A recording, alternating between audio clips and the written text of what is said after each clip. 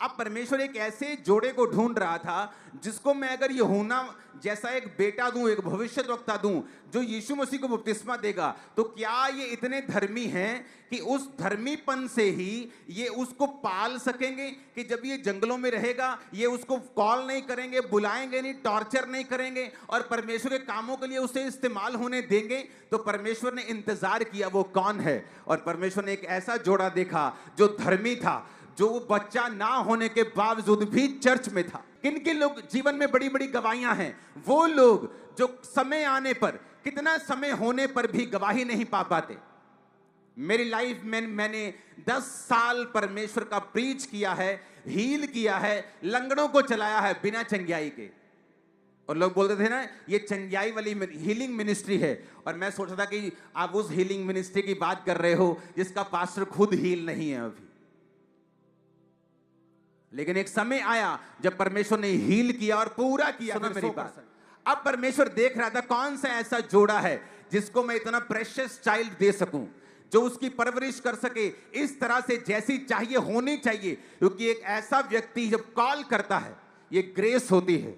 आज कितने 5 स्टार ऐसे हॉल हैं, आप चले जाएं अगर दुनिया में, अगर आप चले जाएं यूरोप में, अगर आप चले जाएं अमेरिका, 5 स्टार हॉल्स बने, पूरा हॉल बना है, पीछे कैंटीन्स बनी है, चर्चें फिर भी खाली हैं।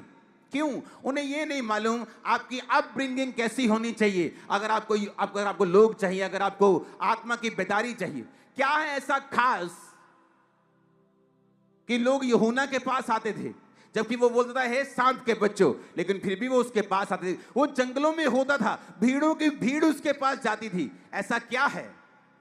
क्योंकि वो ग्रेस उसके ऊपर थी, क्योंकि उस ग्रेस को उसने परमेश्वर से पाया, अनुग्रह को पाया। बाइबल कहती वो परमेश्वर के वचन के अनुसार चला, दुनिया से अलग रहा, पार्टीज में नहीं गया होगा, अपने दोस्तों के साथ नहीं रहा, अलग रहा, और इस तरह से परमेश्वर की ग्रेस उस पर ठहरी। और जब वो प्रीच करने लगा तो वो रिजल्ट आया जो पहले कभी उसकी लाइफ में उसने दूसरों में जिंदगी में नहीं देखा होगा। अब हुआ क्या? परमेश्वर ने एक ऐसे जोड़े को ढूंढा कि जिसके जरिए वो यूहन्ना बपतिस्मा देने वाले को पैदा कर सके। अब परमेश्वर को वो जोड़ा मिल गया, एक ऐसा जोड़ा जो बांझ था, जो निर्दोष था, विधियों पे चलने वाला था। अब ऐसा जोड़ा मिल गया और परमेश्वर ने कहा अब मैं इसको वो बेबी दूंगा, क्योंकि ये वर्दी है उस बेबी के, उस ग्लोरी के। जब परमेश्वर आपको देख लेता है कि आप अब ग्लोरी के, उस महिमा के वर्दी हैं, आप काबिल हैं, क्योंकि आपने अपने विश्वास को दिखा दिया है, आप पीछे नहीं हटे, आप बीमारी में, आप परीक्षा में परमेश्वर के संग खड़े रहे, फिर वो आपको वो देता है जो किसी के पास नहीं होता। परमेश्वर की मर्जी है? नहीं, ये आपकी मर्जी है। आप कितना बढ़ना चाहते हैं, आपकी मर्जी है।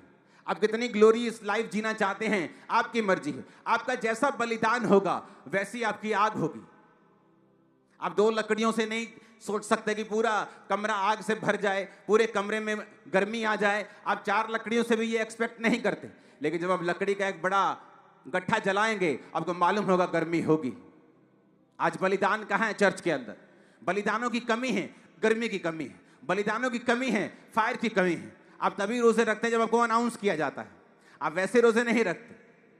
जब अनाउंस किया जाता है तभी आप नाइट प्रेयर करते हैं, वैसे नहीं करते। आपको सिखाना पड़ता है, समझाना पड़ता है। कोई बात नहीं अगर आपकी लाइफ में गवाही नहीं आई तो, लेकिन बाइबल कहती है ये लोग परमेश्वर के साथ इतने वफादार थे कि बुढ़ापे तक भी बेबी ना होने के बावजूद भी वो परमेश्वर की सेवा के, परमेश्वर के घर में थे। अब आगे क्या हुआ? अब आगे क्या हुआ सुनेंगे। यूहन्ना दूसरे दिन लिखा, यूहन्ना और उसके चेलों में 2 जन खड़े हुए थे और यीशु जा रहा था। जब वो यीशु को देख रहे थे तो यूहन्ना ने यीशु की ओर दृष्टि करके कहा देखो ये परमेश्वर का मेमना है। यूहन्ना के दोनों चेले यूहन्ना की ये बात सुनकर यीशु के पीछे हो लिए। अब यूहन्ना को मालूम था कि ये बंदा, पवित्र आत्मा इस पे उतरा है, इस पे ठहरा है। मैंने बहुतों को बपतिस्मा दिया लेकिन किसी पे पवित्र आत्मा उतरा और ठहरा नहीं, इस पे उतरा और ठहरा, यानी ये जगत का मेमना है, ये यीशु मसीह है। और 2 चेलों के साथ वो खड़ा था। जब यीशु मसीह जा रहे थे तो 2 चेलों को बोला देखो ये परमेश्वर का मेमना है। यूहन्ना को छोड़कर यीशु मसीह के पीछे हो गए। लेकिन आप जानते हैं एंड में क्या हुआ? जब अब लूका 7 उसकी 18 से 23 आयत पढ़ते हैं। ये मैंने आपको क्यों पढ़ाया क्योंकि यूहन्ना को 100% ये मालूम था कि यही जगत का मेमना है, यही परमेश्वर है, यही यीशु मसीह है, यही असली परमेश्वर है। क्योंकि उसने परमेश्वर से भी निशानियों को देखा, पवित्र आत्मा उतरा और ठहरा, सब कुछ उसने देख लिया और कहा यह जगत का मेमना है, उसे पूरा मालूम हो गया। लेकिन अब आता है ट्विस्ट कहानी में। आप जब चर्च में आते हैं आपको सब कुछ मालूम हो जाता है, आप वचन पढ़ते हैं, आपको मालूम होता है कि नहीं, यीशु मसीह वाकई जीवित परमेश्वर है, इसके जैसा और कोई परमेश्वर नहीं है। आप लोगों की लाइफ में टेस्टिमनीज को देखते हैं, आप सबकी लाइफ में गवाहियां देखते हैं, अच्छा वो देखो लंगड़ा चल पड़ा, अच्छा वो देखो कैंसर ठीक हो गया, अच्छा उसके 20 साल बाद बेबी हो गया। आप सारी टेस्टिमनीज को देखते हैं और आपको यकीन होता है कि हाँ वाकई कहानी में ट्विस्ट। अब वो मोड़ आता है जहां पर आपके विश्वास की परख होती है। अब बाइबल कहती है यूहन्ना जेल में डाल दिया गया। जब यूहन्ना जेल में डाल दिया गया तो वचन कहता है यूहन्ना को उसके चेलों ने सब बातों का समाचार दिया। यूहन्ना ने अपने चेलों में से 2 को बुलाकर प्रभु के पास पूछने के लिए भेजा, क्या आने वाला तू ही है, क्या मैं किसी और की बाट जो हूं? यूहन्ना जेल में चला गया क्योंकि उसके राजा के खिलाफ उसने प्रीच किया कि राजा तुझे ये पत्नी रखना उचित नहीं। तो वो राजा गुस्सा कर गया और उसने यूहन्ना को जेल में डाल दिया। जब जेल में डाल दिया तो यूहन्ना ने क्या अपने चेलों को भेजा पूछने के लिए, क्या तू ही है आने वाला मसीही या मैं किसी और का इंतजार करूं? इमेजिन करो, जिस बंदे की लाइफ पैदा ही इस बात के लिए हुई थी कि वो यीशु मसीह के बारे में लोगों को बता सके, ये उसकी लाइफ के जीने का, पैदा होने का मकसद था। ये मकसद था कि उसके माता और पिता सारी उम्र बांझ रहे, लोगों की बातें सुनी, क्योंकि परमेश्वर एक ऐसे बच्चे को भेजना चाहता था जो जीसस को बैप्टाइज देगा, जीसस का एक तरह से धार्मिकता की गुरु होने की, मेंटर होने की पूरी करेगा और लोगों को बताएगा कि जगत का मेमना, परमेश्वर का मेमना यही है। यह प्रभु का मेमना जो जगत के लिए मार दिया जाएगा, वो यूहन्ना जो सारी अपनी उम्र जंगल में रहता है तैयारी के लिए कि जब वो बुलाया जाए प्रचार करने के लिए उसके लाइफ वर्दी हो और वो परमेश्वर के नाम में उसका प्रचार कर सके, वही यूहन्ना कहता है क्या तू ही है मसीही या मैं किसी और का? ये सब धर्मी हैं, हम सब धर्मी हैं। वाह वाह वाले धर्मी, प्रीचिंग वाले धर्मी, ये बोने वाले धर्मी, ये सब प्रार्थना करने वाले, उपवास करने वाले धर्मी, बशर्ते हमारी अपनी लाइफ में कोई परीक्षा ना आए। क्योंकि जब अपनी लाइफ में परीक्षा आई, सारे साइन दिखते थे, अच्छा आत्मा उतरा और ठहरा, यही जगत का परमेश्वर का मेमना है जो जगत के लिए उठा लिया जाएगा। अच्छा वो भी निशानी मालूम है, माता पिता सारी उम्र बांझ रहते हैं विधियों पर निर्दोष चलने के बावजूद भी, क्योंकि मैं पैदा हो सकूं। उसकी लाइफ इस तरह से परमेश्वर चलाता है कि वो जंगलों में रहता है, टिड्डियां और शहद खाता है।